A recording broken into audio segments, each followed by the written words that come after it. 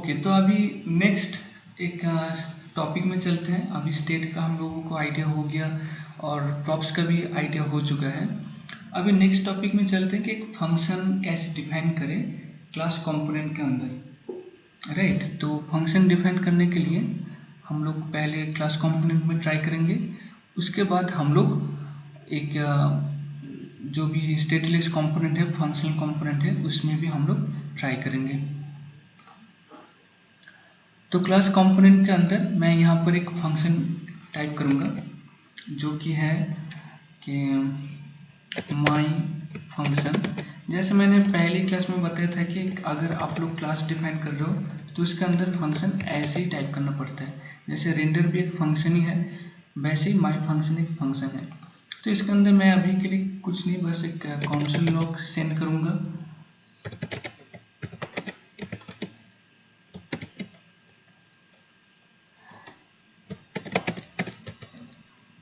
Button has been clicked, क्योंकि मैं एक बटन के साथ इस फंक्शन को ऐड करूंगा।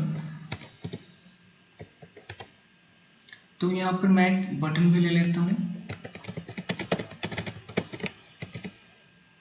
और उसमें जैसे हम लोग नॉर्मल जावास्क्रिप्ट में टाइप करते हैं, अगर हम लोग नॉर्मल जावास्क्रिप्ट और HTML टाइप करते हैं तो उसमें क्लिक की जगह हम लोग लिखते हैं ऑन क्लिक।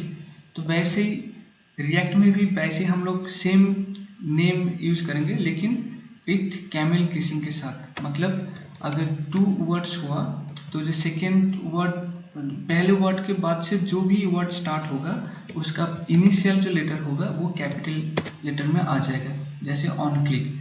अगर तो कैमल किसिंग क्या है, तो यहाँ पे थोड़ा आइडिया भी मैं दे देता हूँ कैमल किसिंग क्या होता है। कैमल किसिंग होता है कि जैसे कि मेरा एक नेमिंग फॉर्मेट होता है। जैसे कि मैं अगर नाम यहाँ पे यूज करूँ कि माई फंक्शन फॉर रीडिंग टेक्स्ट, तो अगर मैंने ऐसे एक फंक्शन का नाम डिफाइन कर दिया या फिर वेरिएबल का नाम डिफाइन कर दिया तो बाद में इसको रीड करने में बहुत दिक्कत होगी। अभी के लिए अगर आप पढ़ रहे हो, कोई भी पढ़ रहे हो, तो अभी के लिए समझ में जाएगा अच्छा तो मैंने यही लिखा है। लेकिन कोई दूसरा डेवलपर आ गया, अगर वो रीड करना चाहे तो उसको रीड करने में थोड़ा दिक्कत हो सकती है। इसलिए एक पैटर्न यूज करते हैं कि कैमल किस पैटर्न, जिसमें जितना भी वर्ड पहले वर्ड के बाद से जितने भी वर्ड आता है उसका इनिशियल लेटर्स हो जाते हैं कैपिटल। तो यहाँ पर आ जाएगा कैपिटल एफ, फिर यहाँ पर आ जाएगा कैपिटल एफ, फॉर रीडिंग का आ जाएगा कैपिटल आर, और फिर लास्ट में जो टेक्स्ट है तो उसमें भी कैपिटल टी आ जाएगा। तो इसमें थोड़ा पहले से आसानी हो रही है। तो मैं जो फॉर्मेट प्रोवाइड करता हूँ हर जगह और हमेशा जहाँ पर मैं काम करता हूँ, मैं जो नेमिंग कन्वेंशन यूज करता हूँ वो होता है विथ अंडरस्कोर। अगर आपके पास बहुत लंबा नाम हो तो भी अंडरस्कोर यूज करो, और इसमें थोड़ा आसानी भी हो जाती है। अगर आप फाइल भी सेव कर रहे हो तो instead of providing any space आप अंडरस्कोर को यूज करो, तो उसमें जो कंप्यूटर का लैंग्वेज है उसको भी रीड करने में आसानी होगा और जो भी आपको भी बाद में फाइल रीड करने में आसानी रहेगी। तो इन नेमिंग कन्वेंशन के बारे में मैंने थोड़ा सा बताया। तो यहाँ पर भी जो ऑन क्लिक है या फिर ऑन चेंज, कोई भी फंक्शन जो भी नॉर्मल जावास्क्रिप्ट में यूज होता है वो यहाँ पर कैमल किसिंग से ही यूज होगा, चाहे वो फंक्शनल कंपोनेंट हो या फिर क्लास कंपोनेंट हो। फिर मैं यहाँ पर टाइप करूँगा इक्वल साइन, और फिर इक्वल साइन के अंदर मैं यहाँ पर फिर से कर्ली ब्रेसेस ले लूँगा। एक कर्ली ब्रेसेस के अंदर हम इस फंक्शन को डिफाइन करेंगे जो कि इसी क्लास के अंदर है, तो इसलिए हम इसको दिस से कनेक्ट करेंगे, दिस डॉट माई फंक। अब मैं अपने ब्राउजर में जाऊंगा। अच्छा, बटन के अंदर कुछ लिखना भी पड़ेगा, मैं यहाँ पे लिख देता हूँ क्लिक मी।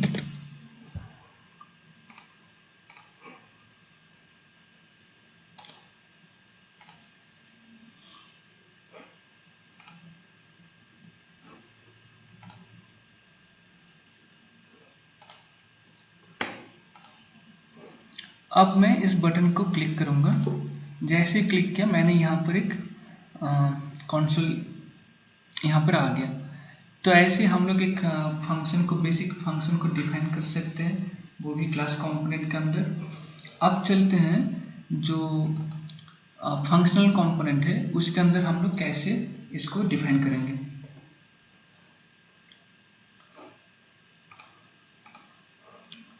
तो यहाँ पर मेरा फंक्शनल कंपोनेंट है greet func.js।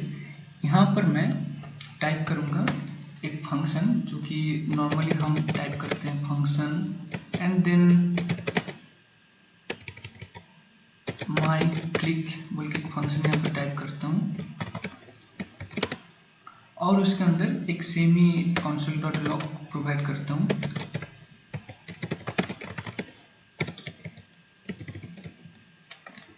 Yes, you have clicked correctly, alright। और इसी फंक्शन को अगर मैं यूज करूं तो यहाँ पर मैं फिर से बटन ले लूंगा। आप चाहे कहीं पर भी इसको यूज कर सकते हैं, माने ऑन क्लिक नॉर्मल HTML की तरह ही है।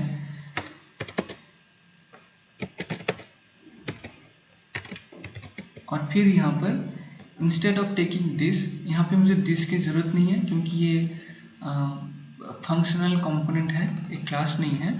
तो फिर सिर्फ यहाँ पे नाम पास कर दूंगा और यहाँ पे HTML वैल्यू क्लिक मी।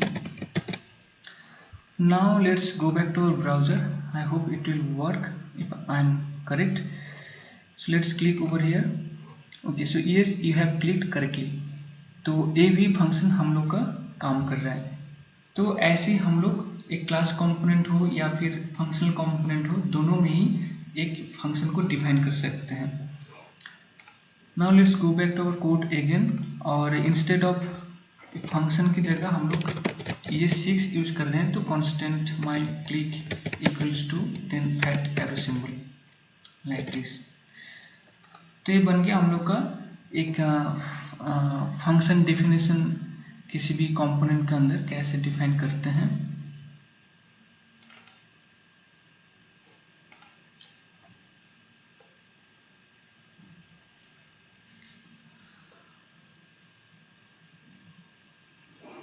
अब हम और एक चीज आज हम सीखेंगे जो कि थोड़ा सा स्मॉल है, मैंने स्मॉल नहीं but related to this component and functions. अभी इस फंक्शनल कंपोनेंट की जरूरत नहीं है, इसको हम बाद में ओपन करेंगे। अभी सिर्फ जो कंपोनेंट यहाँ पर है क्लास कंपोनेंट, उसी में हम करेंगे।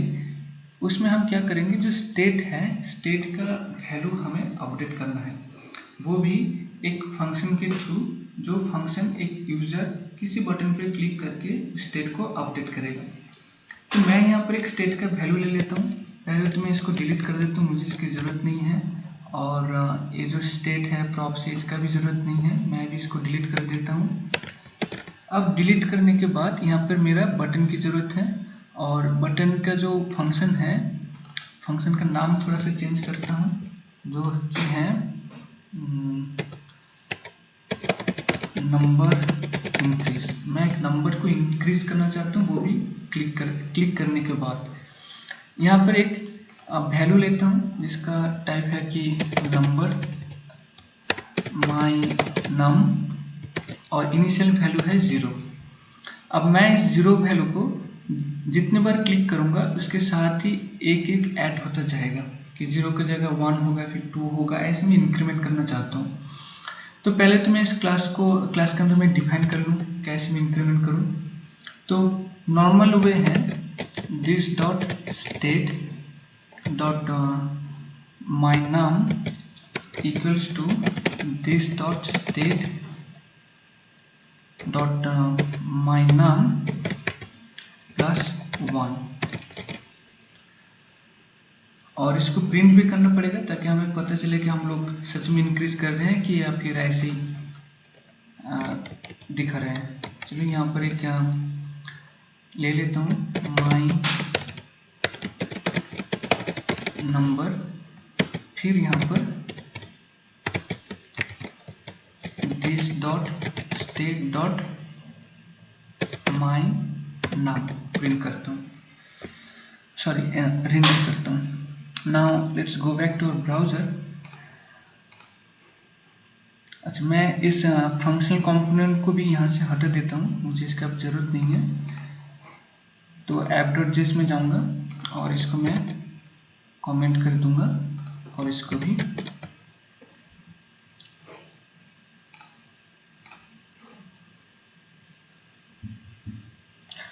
ओके। तो अब मैं यहाँ पे क्लिक करूँगा। अब क्लिक करने के बाद यहाँ पर दिख रहा है कि एक तो नंबर इंक्रीमेंट नहीं हो रहा है, ऊपर से यहाँ पर एरर भी आ चुका है। अच्छा, can read property state of undefined. एक मिनट, यहाँ पर कुछ अनडिफाइंड हो गया क्या? This dot state dot my num. तो जैसे कि इंक्रीमेंट नहीं हो रहा है तो यहाँ पर क्या करना पड़ेगा, यहाँ पर एक फंक्शन ऐड करना पड़ेगा जो कि स्टेट को अपडेट कर पाए। तो रिएक्ट का एक इनबिल्ट फंक्शन है जिसमें हम स्टेट को अपडेट कर सकते हैं। अभी इसको मैं कमेंट कर देता हूँ। तो एक नॉर्मल आइडिया था, अगर हम नॉर्मल जावास्क्रिप्ट टाइप करते हैं तो ऐसे हम लोग इंक्रीमेंट करते हैं, लेकिन रिएक्ट में ऐसे हम इंक्रीमेंट नहीं कर सकते हैं, या फिर ऐसे हम कोई भी स्टेट को अपडेट नहीं कर सकते। तो उसके लिए क्या करना पड़ेगा, उसके लिए यहाँ पर मुझे टाइप करना पड़ेगा दिस डॉट सेट स्टेट। फिर उसके बाद यहाँ पर हम लोग कर्ली ब्रेसेस के अंदर, कर्ली ब्रेसेस क्यों, क्योंकि स्टेट एक ऑब्जेक्ट है और इस ऑब्जेक्ट के अंदर हम लोग टाइप करेंगे माय नम। फिर ये माय नम होगा जो भी है this dot state dot my num plus 1। तो पहला वाला आइडिया फेल करने के बाद अभी लगेगा कि हाँ ये वाला आइडिया शायद काम कर जाएगा, राइट। तो let's see if it is, अगर ये काम करता है कि नहीं। तो चलो let's go to our browser again. Okay, render तो ठीक ठाक हो चुका है। अभी इसको क्लिक करते हैं, अभी भी ठीक से ये काम नहीं कर रहा है, या तो मेरा कहीं भी सिंटेक्स में प्रॉब्लम हो रहा है। चलो देखते हैं फिर से।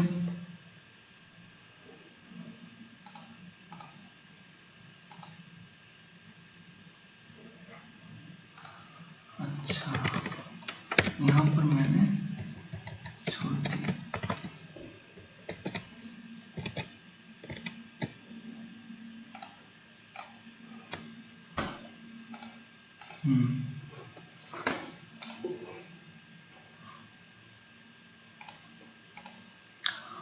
ओके, जब भी हम लोग कोई भी स्टेट को अपडेट करने की फंक्शन टाइप करते हैं तो मेरे ख्याल से अब पहला वाला आइडिया भी काम कर सकते हैं। Let's check it again. मैंने नीचे यहाँ पर डाला नहीं था। हाँ, तो अभी एक मिनट। हाँ, तो अभी क्या है, अभी यहाँ पे एरर नहीं आ रहा, जिस पहले वाले में एरर आ रहा था, लेकिन स्टेट अपडेट भी नहीं हो रहा है। तो इसलिए जो पहला वाला आइडिया था वो काम नहीं करेगा, लेकिन कोई एरर भी नहीं आएगा। तो हमें सेट स्टेट फंक्शन को ही यूज करना पड़ेगा। और यहाँ पर जब भी हम लोग कोई भी स्टेट को अपडेट कर रहे हैं तो फिर हमें यहाँ पर फंक्शन को ऐसे डिफाइन करना पड़ेगा, राइट। तो अभी ब्राउजर में चलते हैं, जैसे कि काम कर रहे हैं अभी यहाँ पर एक ठीक ठाक काम करेगा। अभी मैं क्या चाहता हूँ, अभी मैं जब भी ये नंबर इंक्रीमेंट हो जाए या फिर स्टेट जब भी अपडेट हो जाए उसके बाद ही मैं कुछ मैसेज देखना चाहता हूँ कि हाँ अब स्टेट, जो भी स्टेट है वो अपडेट हुआ कि नहीं हुआ। तो उसके लिए भी मेथड है, यहाँ पर मेथड नहीं एक प्रोसेस है, और वो प्रोसेस है हम लोग एक कॉलबैक फंक्शन यहाँ पे कॉल कर सकते हैं। मैं चाहता हूँ जितना भी स्टेट, अभी के लिए तो स्टेट में सिर्फ एक ही वैल्यू माय नम। कभी कभी होता है कि स्टेट काफ़ी बड़ा होता है जिसमें कि एक डेटा फेच होकर आता है डेटाबेस से, फिर फेच होने के बाद हम लोग को रीड करना पड़ता है कि अच्छा डेटा ठीक से फेच हुआ कि नहीं, या फिर जो भी डेटा हम लोग अपडेट कर रहे हैं वो ठीक से अपडेट हुआ कि नहीं। तो इसके लिए कॉलबैक फंक्शन की भी जरूरत पड़ती है। तो मैं यहाँ पर एक कॉलबैक फंक्शन ऐड करूँगा। तो देखते हैं कैसे कॉलबैक फंक्शन ऐड होता है। तो यहाँ पर मैं कॉमा लूँगा, कॉमा लेने के बाद यहाँ पर मैं टाइप करूँगा अपना कॉलबैक फंक्शन ऐसे। तो ये मेरा कॉलबैक फंक्शन हो गया, और यहाँ पर मैं एक कॉन्सोल भेजना चाहूँगा, console.log your state has been updated correctly. अभी ब्राउजर में वापस चलते हैं। अभी यहाँ पर मैं क्लिक करूंगा तो अभी के लिए तो कुछ समझ में नहीं आ रहा है क्योंकि इनिशियली हो रहा है, लेकिन मेन एम है यहाँ पर कि यहाँ पर स्टेट अपडेट होने के बाद ही ये प्रिंट करेगा, अदरवाइज ये प्रिंट नहीं करेगा। तो अभी के लिए इतना ही। आज हमने बहुत सी चीज़ें देख ली, जैसे कि एक फंक्शनल कंपोनेंट को कैसे डिफाइन करते हैं और क्या क्या बेसिक डिफरेंसेस हैं एक फंक्शनल कंपोनेंट और एक स्टेट कंपोनेंट या फिर क्लास कंपोनेंट के अंदर। फिर हमने देखा कि कैसे हम लोग स्टेट वैल्यू की यूज़ करते हैं, प्रॉप्स वैल्यू को कैसे यूज़ करते हैं, एक नॉर्मल फंक्शन कैसे डिफाइन करते हैं, और फिर लास्ट में एंड में हमने देखा कि स्टेट के अंदर कोई भी अगर ऑब्जेक्ट कोई भी अगर वैल्यू हो या फिर प्रॉपर्टी हो उसको कैसे अपडेट किया जाता है, वो भी एक क्लिक फंक्शन से, कोई भी यूजर इवेंट से कैसे अपडेट करें। तो अभी के लिए फिलहाल इतना ही। अभी इस क्लास को मैं यहीं पर एंड करूँगा।